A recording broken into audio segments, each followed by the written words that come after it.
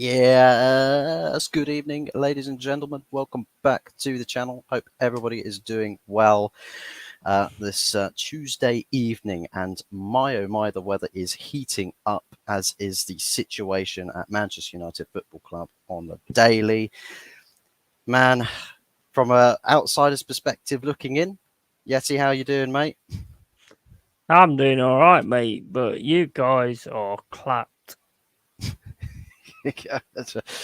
Mate, I can't put it better than that myself.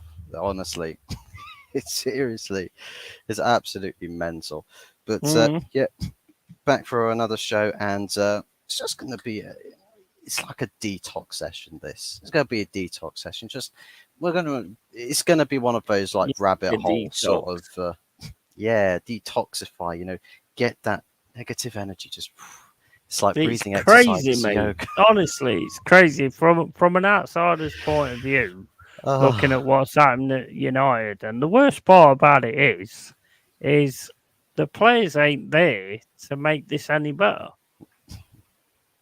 they're not, they're not, man. And it's like we're sort of in this situation right now where it's like if you're sent in there on your lonesome and you've got to go fix everything, where would you start from someone who's literally just walked in and like sort of right down the middle with like roles, powers, or whatever?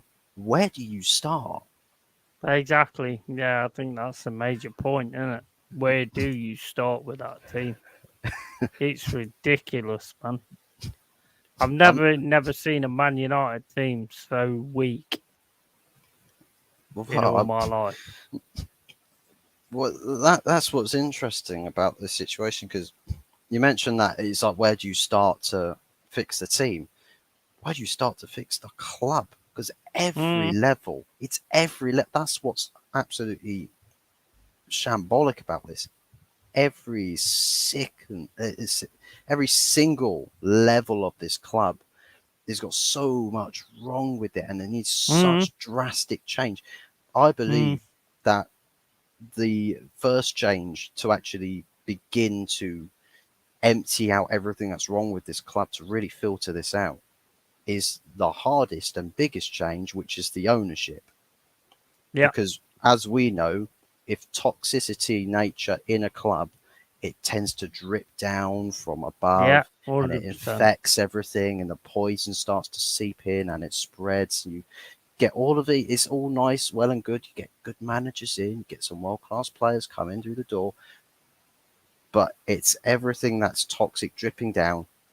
What Mm, was good, give and take a year, maybe 2 years, it ain't going to be good anymore. And you're going to be straight onto that bandwagon. He's got to leave now. Bring someone else in that's better. Bring someone else in that's new, that's more important for us. And it's like we go on this vicious cycle over and over and over again. What do you reckon? Do you? it's absolute joke, mate. It's an absolute joke. I mean, you've got some good players there, and you've got some players that don't deserve to be there. Mm, And the fact that you haven't strengthened in any way, shape, or form. I mean, if you have defensive issues and you have defensive injuries, you've got mm, bloody Evans and Maguire to come in. I mean, this is just ridiculous. Like you said earlier on about having the old Leicester defence, mm. it is absolutely shambolic what is going on with your club. But you've Yeah. got to get rid of those owners. But I mean, if you get rid of the owners now, you've still got no window or anything like that. So you've got nobody No. else you can bring in unless you've got any loans or anything like that. It's just an absolute shit fest. Mm, And then you've got Sancho going out to the social media, which personally I think is a little bit of a little bitch for that, to be honest with you, because that just causes more division in the club and all this, that, mm, and the other. I would ship that guy straight out. But at the end of the day, he's better than Anthony, but he's not getting on the mm. pitch. But if you don't get on the pitch, you don't chuck your dummy out your pram. and start Mm. causing even more issues than the club's got already. Absolute disgrace. Absolute disgrace. What he Yep. should have, he should have gone to Ten Hag and he should have told Ten Hag what he was thinking. Yeah. Not actually go to social media like a little bitch and actually create more division, which is what the club did not need. Not Yeah. need at all. Not at all, no. Big ups, Carl Rossi. Great to see you, mate. Guillotine the owners first off, 100%. You need an army of medics to detox Carl Rossi. You need the whole a whole hospital ward to yourself, and all the fit nurses as well. Can't forget those. Oh no, Jaminho, absolutely not. big ups to you, mate. Good to see you. Hope you're doing well. The Glazers have spent money, but they're incompetent pricks who have employed a bunch of yes men who aren't good enough for the standards of Manchester United. Absolutely. And this is the thing. It's funny the way in which you've worded it. The Glazers have spent the money. It's actually from club revenue. The Glazers can authorise that you spend that money, but the Glazers don't spend it themselves. So Right, they, the typical American owners, they're absolute bunch of fucking arseholes. They don't understand the game. They don't understand football. They're just a bunch of fucking arseholes who's here to collect money. And that's all they've ever done because they take dividends when you're in trouble and all that kind of stuff. They took dividends when you was after De Jong. I mean, fuck's sake, how long did Man United spend trying to get De Jong? Just sitting there like fucking, oh, please, sir, give me some more. I mean, geez, I mean, come on. We've known United for so long. United have never been that team. yeah. It's absolute disgraceful, man. Have you ever seen it with a club whose CEO and director of football both together travel out to another country's city Mm, where a club plays, get pictured to go mm. negotiate a deal, and come back empty-handed? Well, they just And stand there like that, mate. They just stand there like that. Oh, please, De Jong. Please, De Jong, talk to us. it's What like a load of bollocks, man. the player never wanted to come, so I don't know why we were sat there trying to chase one person. Pathetic. And it's like, even if Ten Hag's just like, well, I want De Jong as my priority target, have some balls, Richard Arnold, to say to your manager, we've tested those waters, we've pressed and pushed to get a deal done, we've got a deal in place with the club, but the player really, really is adamant about not coming. He does not want Mm, to come. You can have a chat to him to see if you can change your mind, but we've got X amount of time for you to do that before we've got to get on with other things. And that's yeah. what we weren't doing. We held off all of the other targets in the window. It's fucking Martinez disgusting. happened late. Disgusting. Anthony happened really, really late. It's just all these different Well, things. Anthony never needed to happen at all, to be fair. I mean, he's an absolute joke. Well, I mean, if it was the case that Anthony was going to be this bad, I'd much rather know that he was being this bad, having spent 30 to 40 million pounds on him rather than 80 million. It's like buying a Brazilian on Wish. Anthony is. Well, we bought a Brazilian Wish with Fred. We spent 50 million on Well, him. yeah, and Fred as well. I mean, you get the worst Brazilians I think I've ever seen in my fucking life. Scouting and all of that. Just a quick one on the Sancho thing as well. I see a lot of people are sort of backing Sancho, saying, well, the player, if the manager calls you out, like I believe that the manager shouldn't publicly criticize a player, but it's like, Managers have as a always done that. professional, if you're a professional, you take what a manager says as criticism, and you say, but why is a person that's paid to think these things and to essentially say these things, communicate these things, like, why is it that I see what he says about me and I think that rather than actually taking a look at myself and thinking, what am I not doing that's making him think like that? I mean, go and have the meeting with Eric and just say, Mm, you mm. said this in this match conference. Can we elaborate on that? Can we discuss that further? Because if you want to be a better player and your manager criticizes you, surely you take what a manager says, even if it's public criticism, you might think, oh, Mm. that's really harsh. Oh, poor you. getting Oh, poor hundreds of you. Oh, thousands of pounds a boo week hoo, boo to sit hoo. there, get your friends, family, PR team posting on social media to say, well, Mm. guys, feel sorry for me. Don't feel sorry for the manager. I mean, we've kind of thrown every manager under the bus before now, but we can do it again, guys. And not only that, but people forget this guy's got a bad track record.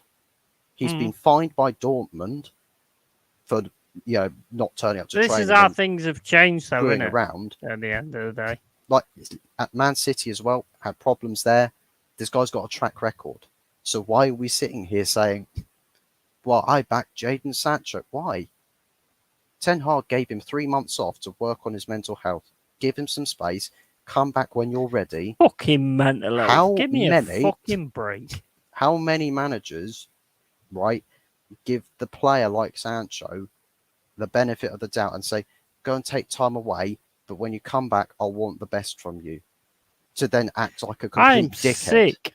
I'm Like, sick of people that get put in a position in their lives where they have got more than anybody else will probably ever see in their lives. Fucking all of a sudden, when things are going great, they never mention anything. It's all good. Everything's great. But as soon as things start going wrong, oh, it's my mental health. Oh, it's my mental health. Fuck off with your fucking mental health at the end of the day. You get a fucking opportunity in your fucking life that nobody else gets. And then as soon as it starts going wrong, you start crying about mental health and going, oh, I had a real bad childhood. Dele Alli never said nothing about that when everything was going great. All of a sudden, when things are going shit, he makes up this bullshit fucking story about what's gone on to him in his fucking life. That had nothing to do with you when you was doing good. Stop fucking going on to this fucking mental health bollocks. I've been through that shit. And I ain't nothing, I ain't shit. But I've been through that shit. So I hate it when fucking people that are in a position that they get put in and given a great fucking opportunity in life, all of a sudden when it starts going wrong, they start crying mental health. Go fuck yourself with that shit. You have no idea what fucking mental health is.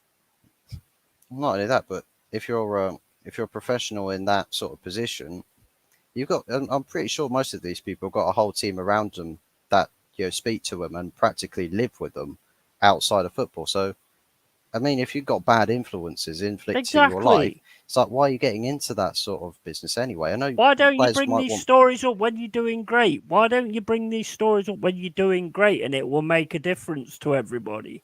Because if you bring these stories up when you're doing great and you bring these issues up, then people will take more notice of it and go, oh man, he's come from really tough times and look where he is now. But no, Hmm. what they do is they wait till they start playing like a bag of fucking wank and then they start crying about fucking mental health. Give me a fucking break, man. I'll be back in a sec. Yeah, no worries, mate. I'll read out some comments here. So yeah, big ups, Jez. Good to see you, mate. Um, I have sent you a DM for the stream link, Jez. Just in case if you would like to join, you're more than welcome to. If not, then that's absolutely fine. Enjoy your evening or enjoy the show. De Jong is absolutely brilliant. He dominated almost all the best European sides midfields at such a young age and has been Barcelona's best player since he joined. Yeah, he has been a standout player for Barcelona, especially with the situation that they've undergone in the past 2 to 3 years or so, with of all of the old guards that have disappeared, and then sort of relying a lot on your academy. La Masia, I believe, is the name of the Barcelona academy, and all the prospects coming through there. And it's kind of like, do Man United kind of do the same thing? I guess. I mean, we haven't really got same level of talents like La Masia has, because I mean, let's be honest. I think all the best young talents in the world from all of his other countries only really think about going to a club like Barcelona or something like that. So unfortunately, Man United probably can't do the same thing that Barcelona are doing and getting away with it. But 100% De Jong, fantastic player, and would do bits in this United team, mate. I don't even know if there's anybody that can do bits in this United team, with just the way that there's, as good as everything is, as good as you can get in this team, there's always the negatives to cancel that out. Stephanie Griffith, big up Hot Fuzz Yeti in chat. Big ups to you, Stephanie. Big up, Fantastic to see you. Stephanie. Yeah. Big up Can everybody in the chat. we have a No, you Langer back, can't. please, Yeti? No, you What- can't. What If sort of you pay transfer us fee? 80 million, 80 million, you can have him back. Tell you what, if you get 80 million for Anthony Elanga, who are you using that 80 million pounds on? If we got 80 million, Just out of nowhere, tell you- Saudi come in with a bid of like 80 million pounds and get him that. I'll tell you what, I wouldn't have anybody because I think we've got a really good team going at the minute. I don't see Saudi coming in for 80 million on Elanga, so I'm going to keep it real on that respect. But, you know, I mean, they ain't having him anyway. Fuck off. Sancho is shambolic, in my opinion, and not good enough for Man United. The guy's got like bags of talent, but I just think he's got an element about him, personality-wise, that like Dele Alli has.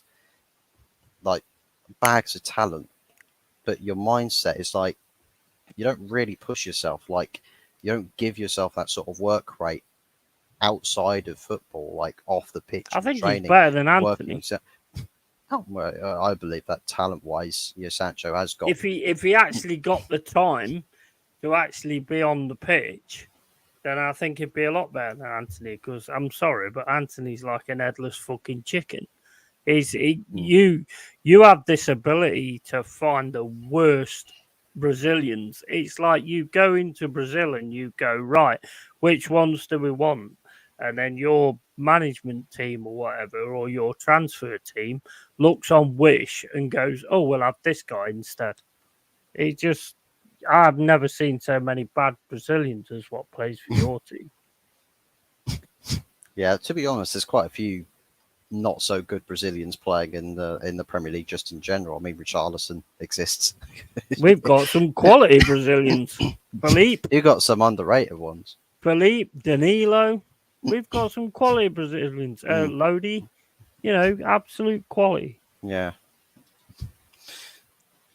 It just goes to show to the fact that back in the day, teams used to actually scout players. And I don't care what you say, you're not scouting players. You don't get like an Oyland that might have a back issue, or who I thought was awesome the other day, to be honest. I think I really do like him. I think he's really good, to be honest. But the fact of the matter is you don't sort of... I forgot what I was on about now.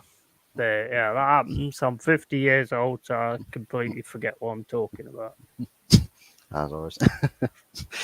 But yeah, no worries, Jess, mate. There's always a next time, but if you are staying to watching the show, then do be sure to enjoy.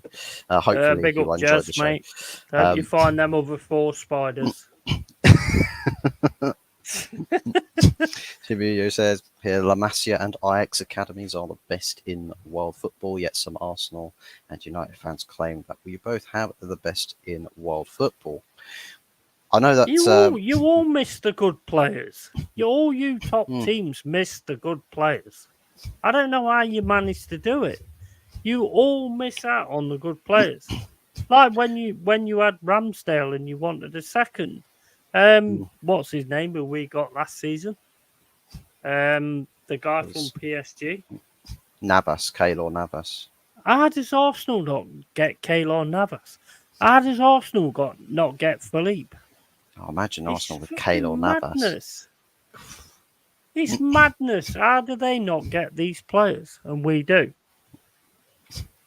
It's project youth, project this, project that, project sign everybody that the fans get hyped about, sign nobody that you go would for actually marquee be signings. talented. You go for marquee signings who don't do fuck all.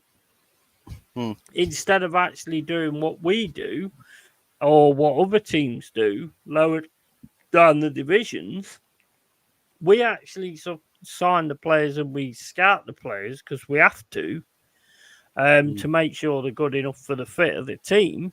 And you guys just go, oh yeah, we'll have Benzema. I mean, Benzema's a different story. I mean, he would have been a really good signing, but you just go for the ones that apparently are going to be the best in the world, and we just go for the ones that are maybes, and the maybes are outdoing the best. To be fair, I think it's one of those things where, whether it's the case that clubs nowadays are going down a route where it's just like, well, they let these other lower table clubs find these gems and then they buy them off of those clubs because they will make the superstar elements and then we'll buy those at a later date.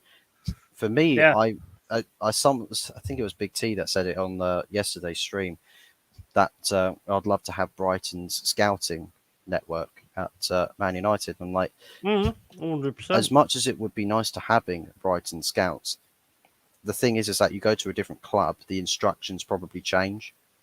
So Brighton, where they find the players that are good for what Brighton are looking for, if they start looking for the players that Man United tell them, they'll go look for these players. If it's different instruction, would they do the same as good a job? Or because if you're looking for something different, you might then stop looking in that area where you find these gems. But you want big marquee players. You want big Bruno Fernandes, and you want big Ronaldos, and all this, that, and the other.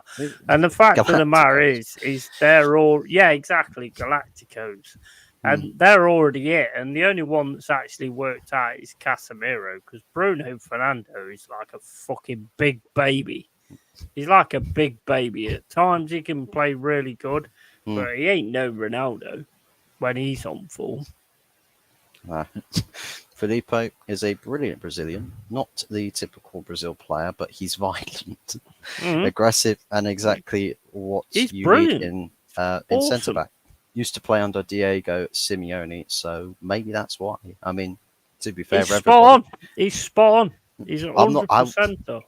I'm not going to lie. I would not be surprised if part of Atletico Madrid's training regime contains mixed martial arts sparring.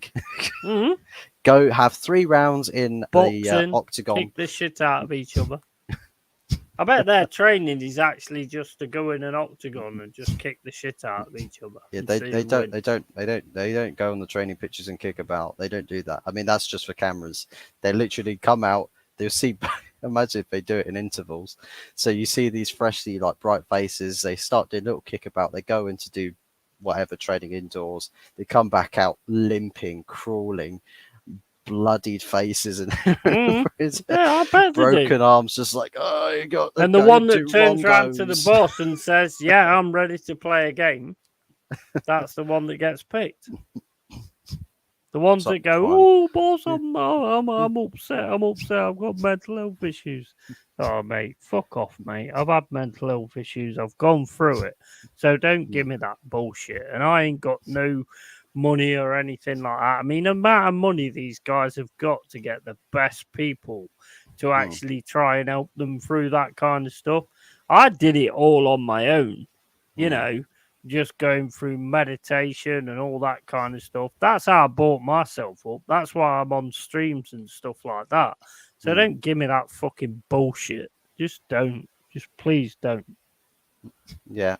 I'll tell you what, if Sancho ever tries to step foot into an Atletico Madrid training ground, he'll go to reach the door handle and someone will come blindside him with a double-footed drop kick, studs in the face and in the ear and everything. But the worst part is he doesn't go through any of that. He doesn't go through any of that.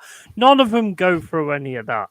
It's absolute fucking bollocks because it starts because you're not going anywhere. You haven't got anything. You've got no money. You're struggling in life and all this, that, and the other. That's how mental health issues happen. It doesn't happen by being a footballer who's getting like 6,000 million or whatever a week. Sorry, you wouldn't even think about your fucking mental health issues if you were getting that kind of money. So it's absolute bollocks, and they're just using it because the left liberals just go, oh, I can't feel sorry for him because he fucking wants to be a woman all of a sudden. Fuck off. He says, I do like Ramsdale, though. I think he is good, but needed Raya's competition. Ramsdale started off absolutely excellent, proved everyone wrong immediately, but has become shaky recently. I think it's always a good thing to have competition in positions. But I don't 100%. I don't know if you're sat in Is there any Raya's. competition though? Because he's not using him. So That's what I'm concerned about. Is you brought Raya in. I thought Raya was meant to sort of. I'd say, oh yeah, Ramsdale's got competition. If he Raya should have comes been in the first game. he starts for Arsenal. Yeah. But instead, what's happened? He's come in. It's like Mikel Arteta. I think a lot of people have looked at this thinking, oh, Arteta's just wanting a ball-playing goalkeeper, right? Someone's good with his feet. Ramsdale's showing a bit of weakness there. I think there's an element to it where he's just like, oh, I just want a second goalkeeper. We've let Matt Turner go, but I just want a second goalkeeper. That's what exactly. I think exactly the same as you. I don't think he's got no intention of playing him because Arteta's not got a pair of bollocks. No. I mean, the fucking dog's licking them every night. Well, maybe what it is that he's drawn up all of the blueprints all over the walls inside of his house, right? It's like that maniacal character, right? Rips everything off the walls and starts randomly drawing shapes all over a wall whilst being demonically possessed or something. Yes, that is. Thank you. So, it's just my mum bringing a shirt that's been through the wash. You've got more stuff to wear tomorrow. Well, you have to wipe the shit. You have to wash the shit off that United shirt, I suppose. Mate, I've got United shirts, but I haven't had them out in a long time. I don't blame you. If I was a United fan, I wouldn't have them in a long time. Have them out in a long time either. Well, you would have them. You just have them in the bathroom next to your toilet because you'd use them as toilet paper, toilet paper alternatives. But they'd be in the fucking toilet, flushing them. Yeah, that's it. What was it we were discussing about with Arteta? Yeah, it's like what I reckon. There's probably an element to this is when Arteta's doing his maniacal stuff. He's like, if I have Matt Turner as my second goalkeeper, I can only have 40 different formations in a game. But if I have Raya, I could have 50. Yes. 73. 69 formations in a game of 4-4-2, 2-4-5-6-8, 12. I don't think that guy can. To be honest, look, I mean, you can't have 73 formations. Maybe, Yeti, maybe he's got that many formations because he's been on the phone to Todd Bowley. Maybe he's just a retard. Is that too? But Todd Bowley, I mean, man invented the 4-4-3 formation. Yeah, come on, I tell you, all right then, up fuzz. Oh, you've gone there now, right? Give me 73 formations. Give me 73 formations right now. Well, here's one that no one's really thought about. That's 3, 4, one, 5, and then you've got another 72. Live, 6, 7, 8, 9, 10, then I'll let it go again. That's a... 73 formations. And you know what? If I was that journalist, I'd have stood up and smacked him in the teeth because he's just taking the piss. Atletico are absolutely lethal. Any weak mentality players get sold immediately. I watch them a lot. Absolutely brilliant team and love their passion and aggression. Never see it from English teams. Fans as well. Like the fans reciprocate what happens on a pitch. Like they're roaring. I think you see it from us, to be fair. Well, I mean, it doesn't happen. We are very much like that. I think we are very much like that when we play. Maybe not as pressing wise. I mean, maybe we go to like a low block and all that kind of stuff. But when we actually do press, we are aggressive. DVS, good to see you, mate. DVS, buddy, how you doing? It's felt like years since I've last seen you, DVS. So, big ups to you, man. give me an 11-0-0 formation. What, so you mean like Man United in the first half against Arsenal? That's a flat back 11. So I mean, that's what we do in most of the games. I mean, it kind of works if you're talking about United, because I know usually it should be like a 10 flat back 10, because there's 10 outfield players and a goalkeeper doesn't get involved. But because it's an Onana, man's practically outfield anyway, so you have to count it. But I mean, I think Onana's awesome. To be honest, I think he's one of the best signings you've made, apart from that Oyland. I do like Oyland as well. He was putting himself about and all that kind of stuff. I thought he was really good, to be fair. Mate, the amount of times I watched that Arsenal game and I was literally heart in the mouth, because you've got like Nketiah constant. I think Onana made Nketiah look like an absolute fool half the time on that pitch, because he's literally standing outside the box, just chilling. He was like, "Yeah, hey, Eddie, do you want the ball? Do you want to come get the ball?" He's literally just sat there, no fucks given. Oh, I'm not. Yeah, but I'm they not don't do scared of that, though, do they? They don't press the goalie, which is something I don't understand, because if everybody's signing goalkeepers that are ball players, then you press the fucker. Surely your striker, if you've only got one striker, should be pressing the shit out of that goalkeeper. Yeah. But they don't do that either. It makes no sense. So the amount of times, and the thing is, right, is when you force pressure onto a goalkeeper, most goalkeepers don't deal with a press that well. So it's like people just assume, oh, but they'll just pass it out. Well, how do you know that? Because you've got to test him. If you close that distance, the pass that they were about to make, they probably, oh, I can't make that anymore. Oh, I can't make that pass to him anymore because there's another teammate that's come to close that off. I've probably got to panic there. Oh shit, no time. Hoof it upfield. Second ball is won by the pressing team, so it switches over possession. So it's like it's worth pressing a goalkeeper, because that's where you can get possession. Why they don't do that. Over. To be honest, I don't understand why teams aren't doing that. Makes no sense to me. You don't have to use the whole team; just use the striker. Just run at him like fuck, and make him make a mistake. It's so obvious for me. It's like, I think if you've got like your defensive midfield just sort of covering, if like they play through a press or something, you've got 3 players usually that can press the central area with the goalkeeper and centre backs. You've got 2 wingers that can limit your options. And it's like, as long as they're mobile and constantly pressing, right?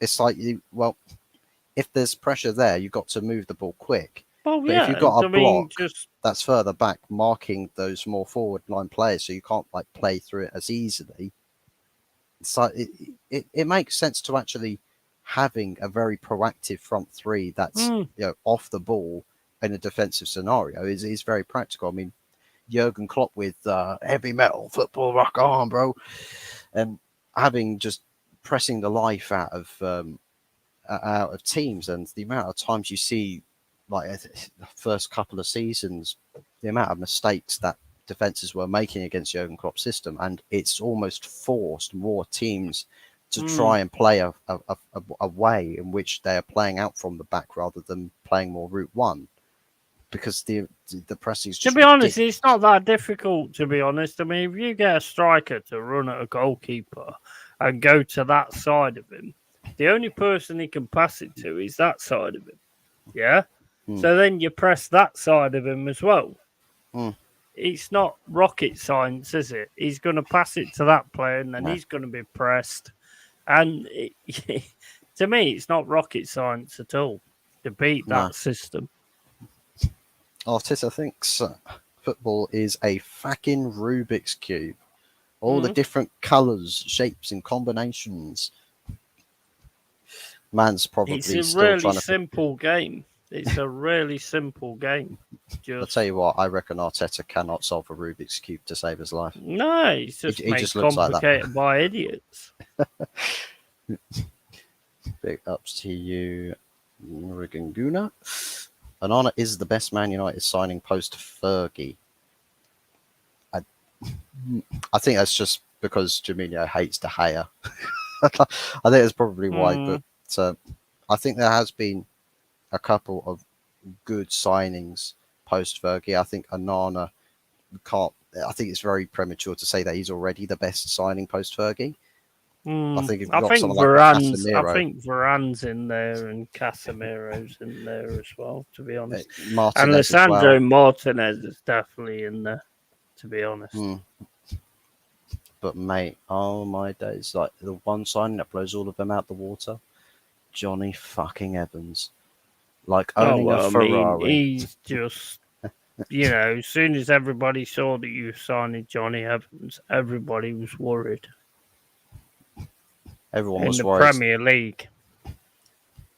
Everyone was worried when they started to think, "Oh fuck, I've got to rejig my predictions. How many goals are we going to score against United? Exactly. Yeah, Oh no!" But it's like you own a Ferrari, right? You ridiculous. go to like the garage and everything. Your Ferrari needs to be serviced, right? So Ferrari goes off to the garage. It's Ferrari like us say, signing Stuart Pearce. so basically, Ferrari going to tell you, we're going to bring you a courtesy car to cover your 458 Italia sat in our garage getting serviced. The car that turns up is a fucking Corsa, Vauxhall Mm, Corsa, the 1999 model. And you're you're just in like, the mud. Ferrari, what the fuck is this? Johnny Evans is a courtesy car. He's a Mm. courtesy centre back. Why are we doing courtesy deals?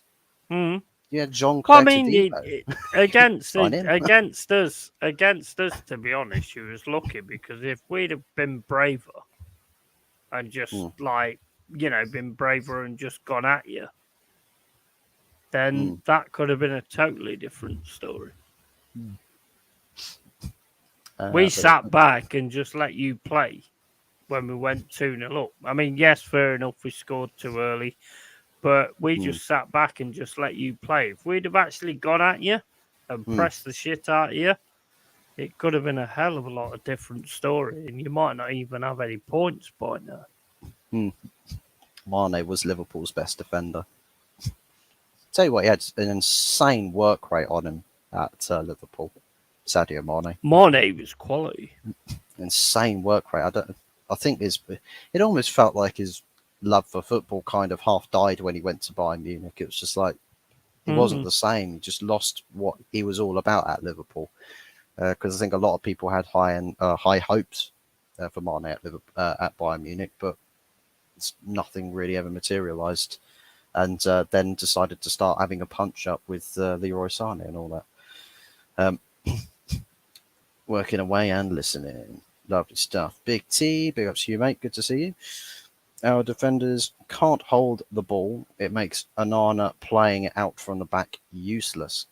That's a good point because it's like if you're Anana, you're all good for this play style, that, passing out from the back, this, passing out from the back, that. If Johnny Evans and Harry Maguire are the centre backs you're passing to, like pay off the ref to blow the final whistle because it's curtains. It's absolutely curtains. Like there's no way that you're going whose to. fault is this? Though? Is it the owners? Is it Ten Hag? Because Ten Hag don't seem to be making great decisions either. No, absolutely not. He, No. he he's been a little bit of a pussy, to be honest. I mean, he's just like a Glazer puppet. Is that what you really want? Because at the end of the day, when you lost Ferguson, it was Mm, always going to be a difficult thing to replace him. You got Moyes, that didn't work. Mourinho was the only one that I think would have worked eventually if you got the right kind of players. And mm, then, it was like, I mean, you can't knock Mourinho. I mean, he's a winner at the end of the mm, day. So you can't, it was down to players, the reason he didn't get anything out of them. But, I mean, he had too many big egos because, again, you went for Pogba and all that kind of stuff, who were like a big ego and all this, that, and the other. So it's always going to be difficult in that respect. You've never replaced Ferguson, not in a million years, same as we've never replaced Clough, mm. you know, and, it was always going to be difficult in that respect. But some of the players you've got playing on a Man United in a Man United team, it's absolutely shambolic. Absolutely shambolic. Dallow's decent.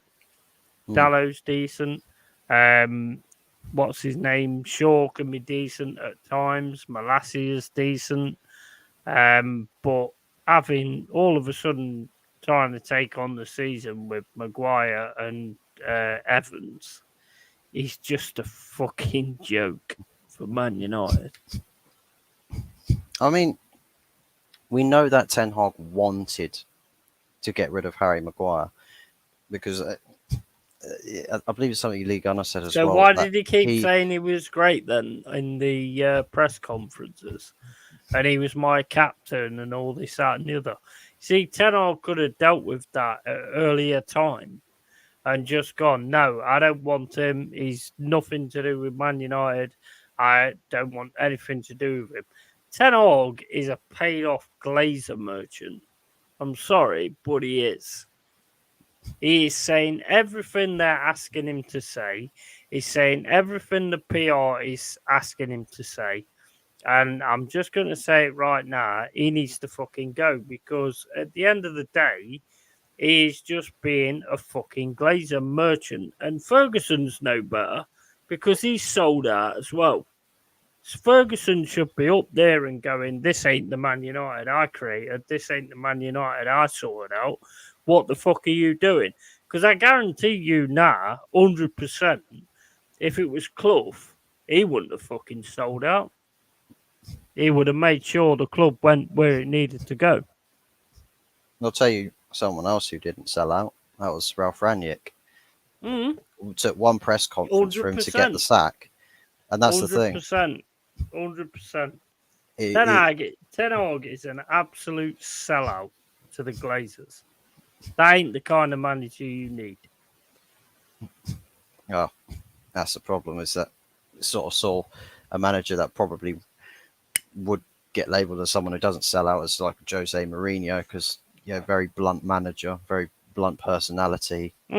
Says what he thinks, but then again he sort of kept it very quiet, kept everything very quiet. I mean, he sort of used sort of little bits, bits in press conferences that people sort of like, oh, try and read between the lines. What does he really mean by this? What does he really mean by that? It's like when he said, oh, second place finish to Man City despite being 20 points behind them. That's my greatest ever achievement in football. And it's like, everyone was too busy thinking, oh, this guy's completely lost the plot. He's gone loopy. Well, fast forward to now, we look back, it's like, well, you're completely factual. Why didn't we see this back then? It's like they're all about the money. They're all about the money, Otfors. They're all about the money. You can see it 100%. All the people at the top, the manager, everything is all about the money.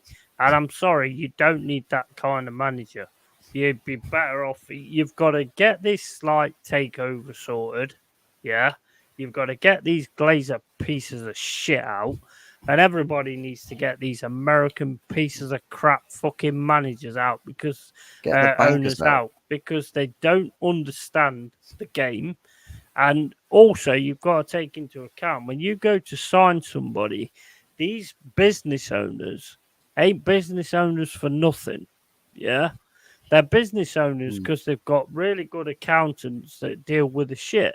So when you're going to sign somebody, these fucking guys who are business people, not football people, they are business people. So they're not going to fucking accept the shit that they get. Do you mean you disagrees with your take that Malaysia is decent? I don't give a fuck. Malaysia is decent. He's got good pace. He's decent defender. He's totally better than Shaw. He's a very mobile defender. I think he can make one or two bad decisions, I think, because there's a little bit of sort of a raw mentality side to him. Yeah, he's a young guy. He's a young guy, though, isn't he? He came from, I think it was Feyenoord that he was at previously. And I remember watching him in the Conference League final against Roma. Is he better than Shaw? Is he better than Shaw? I think he's got the makings to be a gradually get to being a better fullback than Luke Shaw. I've seen him own wingers, so yeah, I do think he's decent. I do actually think he's decent. I've seen him own Saka, sorry. Mm. You know, so I do actually think he's decent. I think he's a lot better than Shaw. Typical United don't back manager in second season. Once qualified for UEFA Champions League. Deadwood removal still not done. Board yes men out. Glazers out. And that's something that really pisses me off is about this whole transfer policy. That factually this is only ever about top four this, top four that. Same thing with Arsenal. Get top four. It's all right. It's all right, buddy. Don't worry about everything else. Don't worry about trophies. Just get top four. Daniel Levy's like it. Every time we got Champions League football, save money. Save money. Whenever we didn't, oh shit, spend big. Spend big. Every time we were in the Europa League, it was always a desperation, panic transfer window to get superstars in to carry us to get Champions League qualification again. It's like, man, fuck off with that. I want people coming in that are not to get you into top four. They're to get you closer to a title. As close to a title There's as you too can. many of them that are just interested in the money, not interested in anything else. That's why we need new ownership. Like, for instance, Bruno Fernandes. I'm sorry, I'm just going to bring this up. Bruno Fernandes, when you were 7-0 against Liverpool, asking to come off. Absolutely disgraceful. The guy's got a captain's armband. He's beyond me. Asking to come off at 7-0 up. What a little fucking pussy boy. That is absolutely disgraceful. Absolutely disgraceful. I might have that wrong. He might have had a twinge or whatever. I don't care. At the end of the day, he's 7-0 down. That is not captain material. That is not captain material. I thought it was something to do with something else because I think there was another sub happening at the time that he was sort of conversing with the managers, just like, well, what do we do now with this change? So I think there might have been something taken out of context because maybe he's doing something like that. If he's been caught doing that, he was asking to come off. I don't know if he was pissed off because he didn't get to come off. Whether that was, I mean, he didn't look injured. I don't know whether he was because you never know with these pussy little bastards. But, you know, I mean, I don't know if he was injured or whatever, but he seemed to be asking to come off to me. And to make him captain after that, he's just, that makes no sense to me at all. South Shambolic, the Man United team that Mourinho considered second as success. Yeah. The fact of the matter is that he made Chris Smalling and Phil Jones look like a bloody world-beating centre-back partnership. That says it all. Common denominator. Yeah, that is the biggest problem. That is 100% the root cause. 100%. And that's the thing. I believe that a lot of fans get a bit carried away with this. They'll be very reactionary. Something will happen in a season. They will say, "Oh, we hate this, we hate that." Oh, yeah. Always blame the players, always blame the manager, all blame the ball. The one factor that they seemingly gets away with this or every single time is the ownership. If the ownership isn't there, the board doesn't happen. Yeah, if the board doesn't happen, manager doesn't happen, players don't happen. It's all a trickle down effect. The Glazers they employ the board. Clough used to say, if you get a manager in that doesn't do the job, then not just the manager needs to go, the person that employed the manager needs to go as well. Big T says, Fergie has earned the right to be Fergie. If he wants to see out his days still attending the club, let him be. I think from a manager's perspective, yes. Not if he's selling out. No, I don't agree with that. There's a lot of other things that he's done away from being the manager himself that I think is like, do you really have to do that? Do you really have to do that? It's like, if he's selling out, no, I don't agree with that at all. No, don't get me wrong. Not at all. Absolutely loved Ferguson as a manager. Like, absolutely loved the guy. He built a legacy, and he should want that legacy to continue. Yeah. He's not going to give in Malacia as another shambolic player, in my opinion. If we don't give him, I don't give a fuck. I ain't giving him either. I think he's a lot better than Shaw. Fuzz, your thoughts on United share prices being down, biggest price drop since March 2020? It is literally about, Ben Jacobs reckons about £550 million on the share prices that have been on the stock market since 2011 has seen its biggest drop. It's just that much money's just disappeared. And that's come in reaction to the news of someone saying, oh, the Glazers are taking the club off the market. It's come late, but that's what a story can do. That's the damage to a pricing.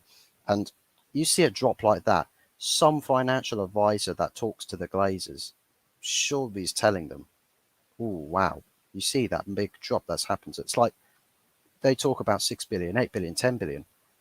Well, mate, if you're going to diminish the club value on the public shares like that, surely you sort of the private shares tails after that a little bit. Because, I mean, private shares are private shares. I mean, people are going to go where the money is, and if the money ain't there, then they're not going to go there, are they? Yeah. That's what they're all about, money. And that's the thing. I suppose a lot of it. I think it was yesterday, day before, it was like mid $23 per share. I checked it earlier this afternoon. It was down to $18.19 or something. I'm like, what the fuck?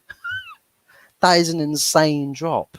550 million. I'll just clear up that I'm not hating on Man United. I think it's disgusting what's happening to them. I watched them all my life, and I love watching them. And what's going on with them now is absolutely disgusting. It's disgraceful. Agree to disagree on this one, Yeti. It's boring if we agree on everything. I hope you agree. De Gea was shambolic. It's funny. No, I don't agree on that either. I saw you say that De Gea was the worst goalkeeper last season. No, I think De Gea was fine. Yeah, De Gea was fine. Man, Real Madrid wanted him at one point, and he didn't manage to get the transfer through, so he ended up staying. I thought De Gea was fine. I think he just got fed up of the shit. So he just, a broken fax machine. A broken fax machine is why De Gea didn't move. Rumor has it. I mean, he should have gone. He should have gone. Because you didn't respect him for what he did. So he was a good goalkeeper, to be fair. The owners are incompetent, pricky bastards who only care about top four. Well, I mean, this top four thing is like the main thing going on nowadays. What a load of bollocks that is. I mean, what was it that people were saying that the parachute payments getting relegated pays better than winning the Premier League, like the Premier League's earnings, competition earnings. And it's like, oh shit, why don't United panic and go get relegated? At least then they make more money than they do with top four. No, they go get promoted the next season because it'll balance itself out, because you know what they say about the Championship playoff finals. In some ways, I would say if it got rid of the Glazers, I would say yes, it's a good idea for Man United to get relegated. If it got rid of them fucking idiots, then yes, I would say it's a good idea. But the thing is, you're not going to get relegated. You're always going to sort of beat the other teams that come up and all that kind of stuff. So I don't think you're ever going to be in that situation. But if it was to get rid of these fucking frauds, and to be quite honest, all your fans said it, you just didn't listen. I mean, as soon as the Glazers was taking over, there was loads of in the centre circle telling you exactly what was going to happen if the Glazers took over, and the other fans just didn't back them. If they had backed them, then you wouldn't be in this situation now. 100%. There's a reason Man City win everything every year. That's because they don't treat top four as a title. I think it's just because everyone that's got a position of power at that club just cares about doing the best they possibly can do in their job. Man City are 100% unbelievable, well-run club. Hmm. Absolutely 100% unbelievable. And they'll be going on for a good few years yet. Hmm. They are As so well someone, run from top to bottom. what was it on your stream? Mama Flossie made a comment that you starred. Mm. What it would be interesting to see what happens when But Man who'd be the City. next manager after But Pep? I mean, there's massive boots to fill for the next manager to upkeep with the level of success, but they'll still Mm. be successful nonetheless because the Of course it foundations of will. the club and the way they run everything, it's tailor made for whatever manager goes in. Yeah, It's like, imagine if they picked Simeone. I mean, you would see terrorist football, but they'd still You probably win a yeah, title. They'd still you'd probably still see challenge titles. for Champions League seat every single Mm. year. I mean, They could even take Klopp, Hmm. and I think he'd Christ get the best Almighty. out of them as well. Well, yeah, I mean, shit, if Jurgen Klopp takes over Man City, it's not like Dortmund or Liverpool where there's Mm. different transfer policies where he can't get the team that he wants to have every single year. I mean, Christ Almighty, imagine if Klopp keeps getting fully backed to the mountains and back every summer Mm. and January. Man's Christ, I can't begin to imagine how easy it would be for him to walk the title every single season. Mm. Malacia still has time to develop. De Gea qualified us for Champions League. Can't be that bad. Exactly. Malacia Mm. does still have time to develop, and I think he's a good player already, to be fair. His Golden Glove papered over the cracks. Well, actually, the fact is that if he gets Golden Glove with clean sheets, a lot of those games with clean sheets, we should have conceded goals in. He's a So, brilliant goalkeeper. he's Real Madrid don't want shit. Real Madrid don't want shit. He was a brilliant keeper. I think he just got bored. I mean, yeah, I mean, Now he's we're going to have he's to been at the club. disagree on this one as well. Right, let me jot that down. So it's De Gea, Valacia. Let's see what else we can get. I can see Let's where see you're how coming many we can get me disagreeing with Jaminio on. I mean, I think Declan Rice is the best Irish English player that's ever been born. Declan Rice made the right choice, leaving Irish heritage behind. Yeah, he made the right choice, 100%. Dropped the green, white, and orange for the red and white. That'll game going. You watch. And Evan Ferguson will choose England as well. That'll game going. Why have I lost a like and a sub? I don't know. Sorry, mate. I should do this on my channel, not yours. No, I was just joking about that. It's just taking a piss at me. Distribution and communication was poor. I mean, decision making for De Gea wasn't his strong suit either. But no, it weren't. Saves, one-on-one saves he made. Goalkeepers never used to have to be that, though, did they? They never used to have to like make great passes and stuff like that. And there's only so many of them that can actually do it. People forget as well. De Gea was at Man United since like 2011. Think about how much football's changed since then. I think he's been an amazing keeper for you guys. I was shocked that you let him go, to be honest. I think he's been an amazing keeper for you guys. But I just think he got sick of the bullshit. The question is, Yeti, would you take him at Nottingham Forest? 100%. There you go.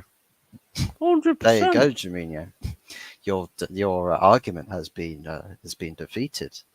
The great Yeti would like David De Gea to represent. But he ain't getting in over Turner, so work that one out. Oh, Turner yourself in, mate.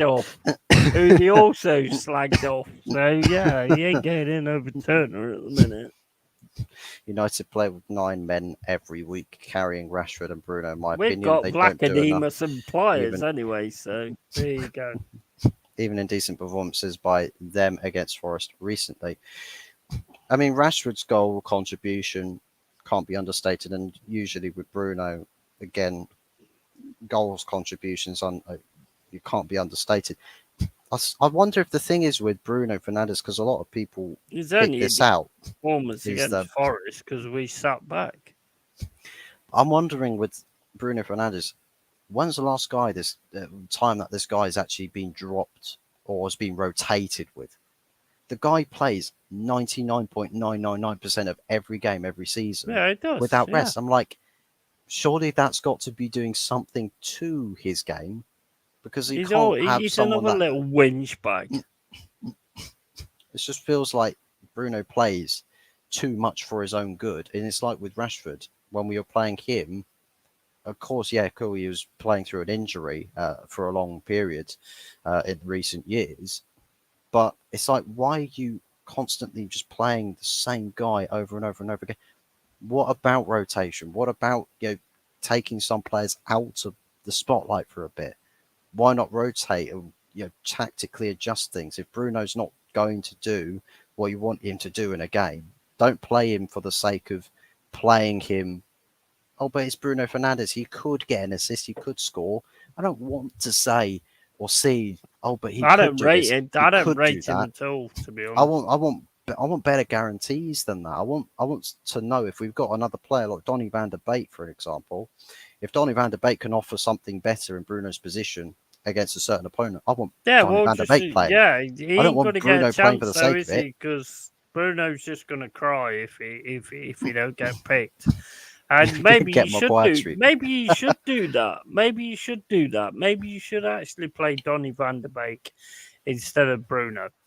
Mm. But you're not going to do that because you give him captaincy because he just cries like a little bitch if you don't get it. Horrible player. Horrible player. I don't want him at all in my team. Not at all. I mean, the alternative is Mason Mount. To be fair, Christ Almighty, fuck my life. I'd rather have fucking Mason Mount than fucking Bruno. I don't like him at all. I can't stand the guy. He's a whingy little bitch. Well, to me, he's got his downsides, but he's also got his plus sides with He's Bruno. not an 100%er, is he? And that's the kind of players I like. And he's not an 100%er. He'll like turn it on when things are going well, and then not turn it on when it's not. And I ain't got no time for that.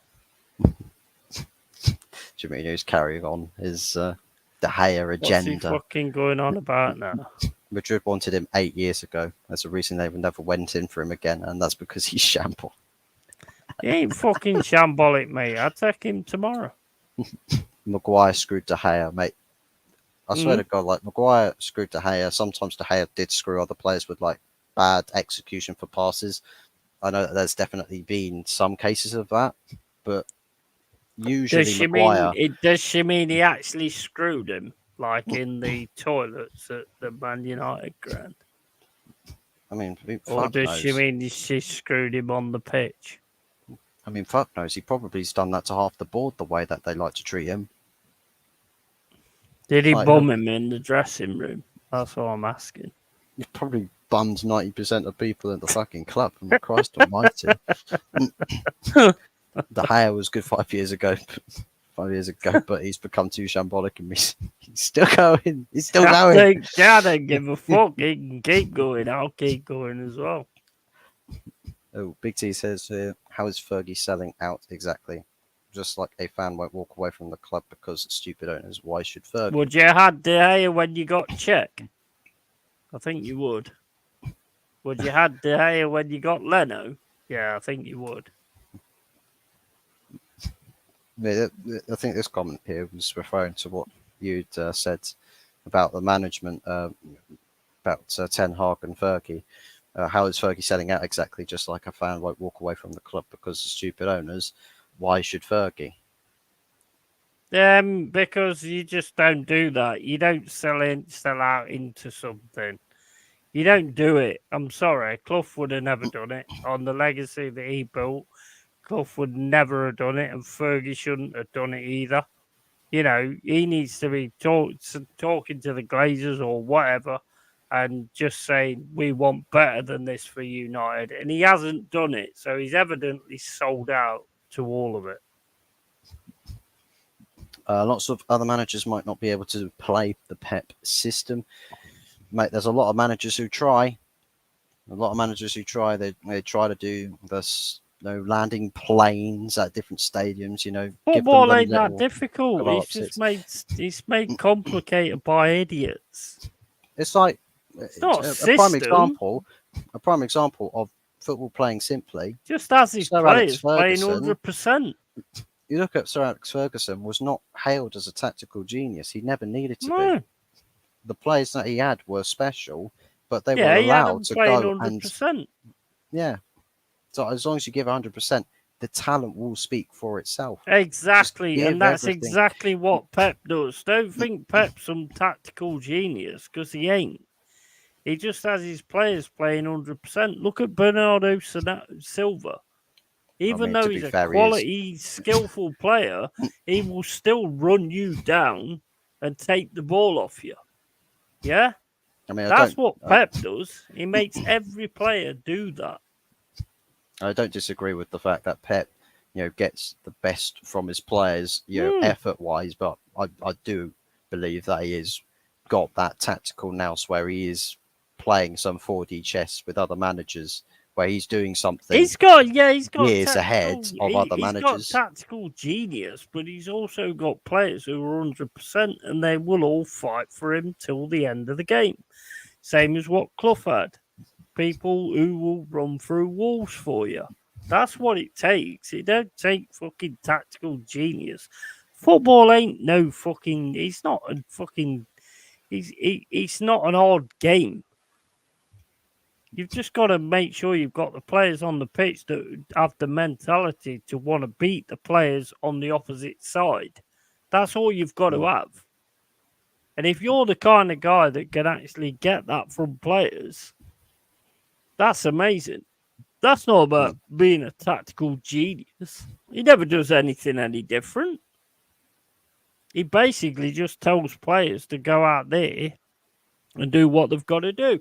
When he had that half time, and he started ripping them all and saying, "Oh, this is not good enough," and blah blah blah blah, and all this that and the other. They came out in the second half, and it was a hell of a lot better. It's not tactical genius. That's a fucking load of bollocks.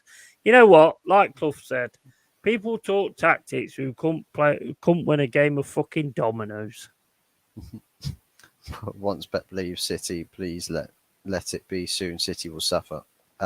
Probably not. I don't think they will. I don't think they will, No. to be honest. I think they've got it set up. It would take City 4 years to win a title under Simeone. I rate him, but this Man City team is the furthest thing from a Diego Simeone-esque team. But that's the thing, is Manchester City, they would build the team as quickly as possible to fit what Simeone wants. So you'd say it'd take 4 years. I mean, there's quite a few players at Manchester City that could switch to what Simeone wants and give what he wants on the pitch. But then he just needs some couple signings here and there each summer, each January, slowly but surely, put everything into place. He'll probably win a title in the second or third season easily. I think there's that sort of a setup, and it'd be that sort of a transition that Simeone would have at Manchester City, because I think the setup is so flawless, or as close to flawless as you can get. I think that's the thing with every club. There's always room to improve. But with Manchester City, I think Real Madrid are somewhat similar. But they are the closest things to the perfect articles with how you run a club and how a team gets built under the manager's image and playing a certain way. They're the closest clubs to getting that perfect thing. And just having the right philosophy, right club ethos.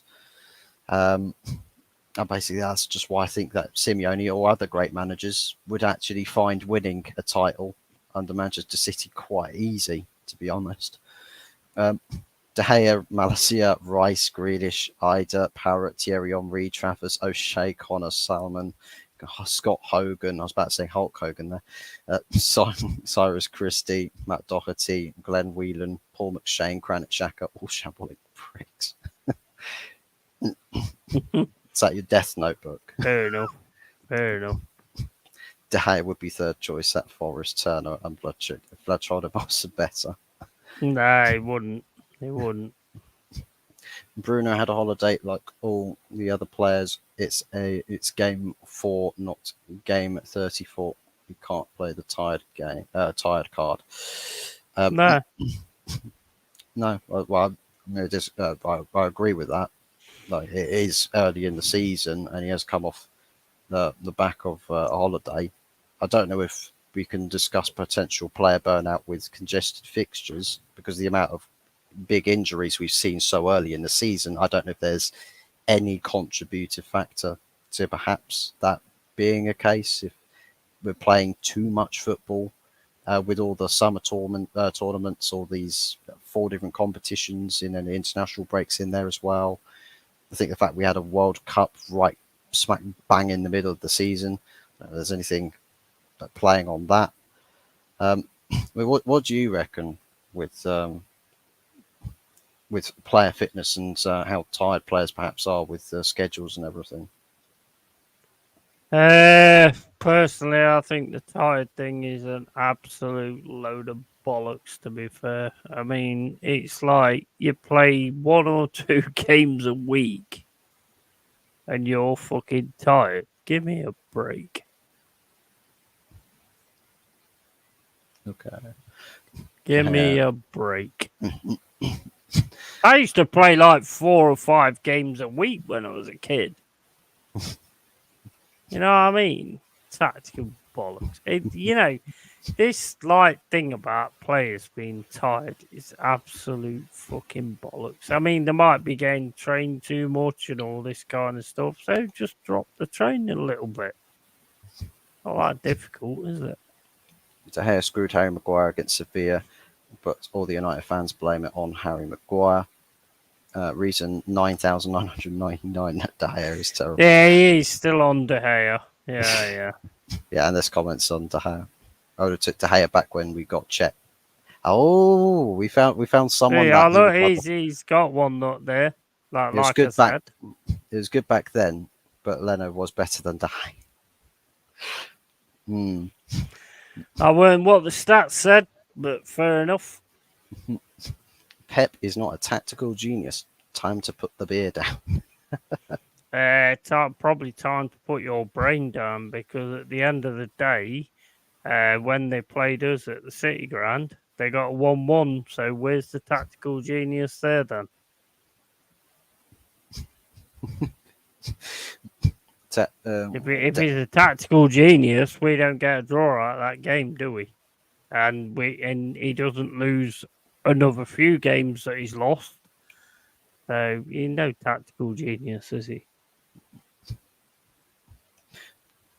Who would you say, manager-wise, are tactical geniuses? If you have that category there, if that category The one, I exists. tell you what, I don't think, I'm not saying tactical genius, but one really tactical, really good thing that I saw this weekend was Jurgen Klopp with dropping Trent Alexander-Arnold back and nobody pressing him or anything like that because he was in the centre-back position and leaving him able to spray passes around. I think that is tactical genius, because if you let that guy start spraying passes around, that is amazing. That is amazing. I don't think there's anything. There's a tactical genius doesn't exist. None of that shit actually exists. It's down to getting your players to be 100% and having your players having the mentality when they go out on the pitch to want to beat the other team, and the mentality of which team wants it the most and which team's mentality is built up the most is the team that will win the game. If that wasn't the case, then you wouldn't get Crystal Palace beating Man United. You wouldn't get Crystal Palace beating Arsenal. You wouldn't get none of these things. You wouldn't get somebody beating Man City. Tactical bollocks. It's absolute bollocks. It really is. It's down to mentality of the players and who wants it the most. Well, I mean, you could have a good tactical setup, but like you said, if you haven't got players that are actually putting in the effort to pull off a game Yeah, plan, exactly. there's no That's point what having makes the a game plan. difference. So it's Yeah. like there's a lot of it's like I mean Barcelona, Real Madrid, Juventus, Bayern Munich, Man City, Liverpool. All of these top clubs go and lose games that you just like. "Well, Mm. why are you losing that game? It's about Makes no sense." mentality. Football is completely about mentality. When we went against Arsenal at the end of the season, yeah, Hmm. we had the mentality they didn't have.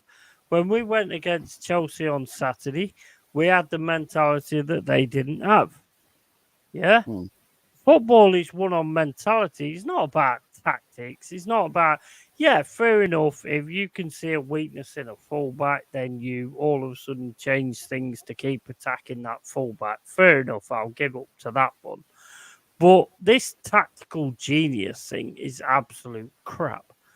And Clough, like Clough said, fucking people who talk tactics can't win a game of dominoes. I'm sorry, I don't. I think it's football is more about mentality. If one player goes up against another and wants the ball more than that other person, they will win the ball.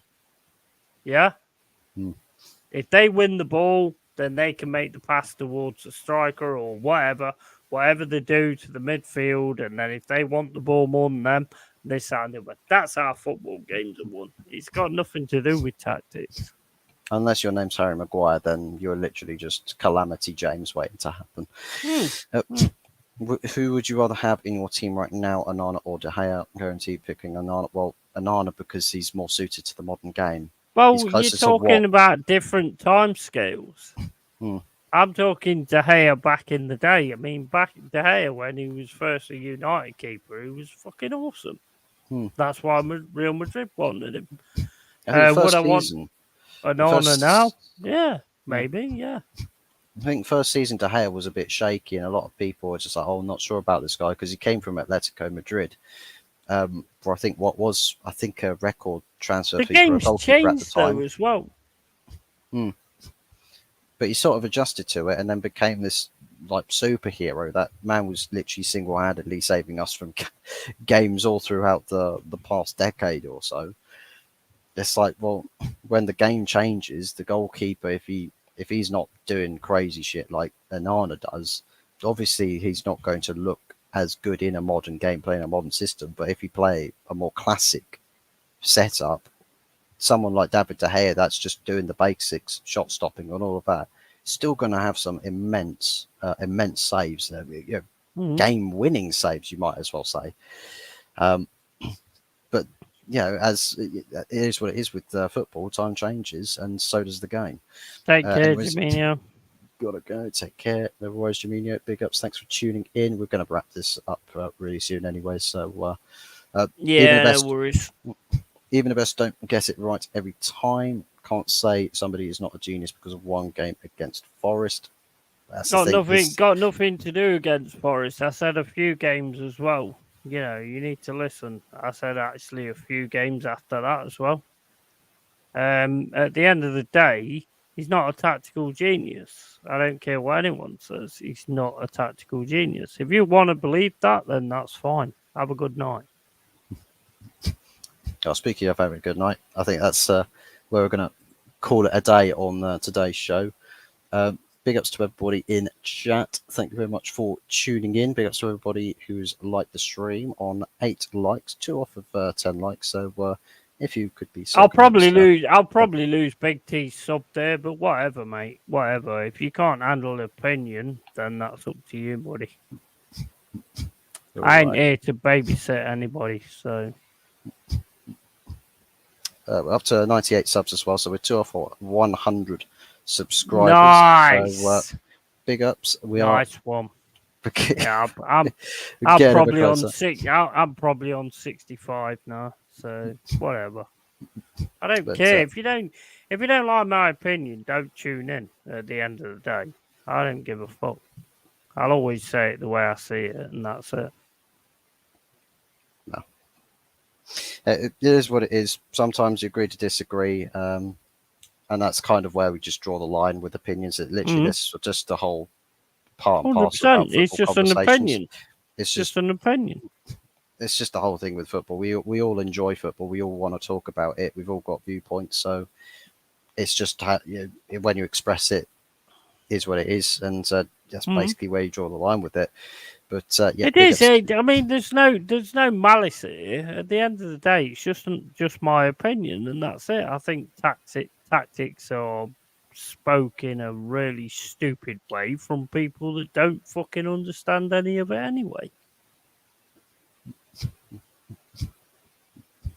So, anyways, big ups to everybody. Thanks for tuning in. That's it from us tonight.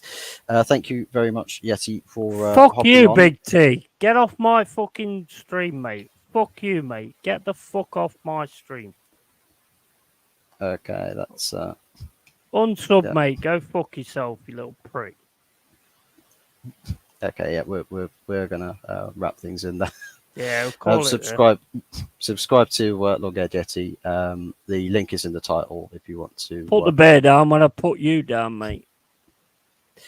Okay. I think that's enough for today. See you, everybody, and we'll be back tomorrow for another stream, perhaps, or video, whichever it is that we do. Depends on what seems to be happening in the world of Manchester United. Until then, ciao for now.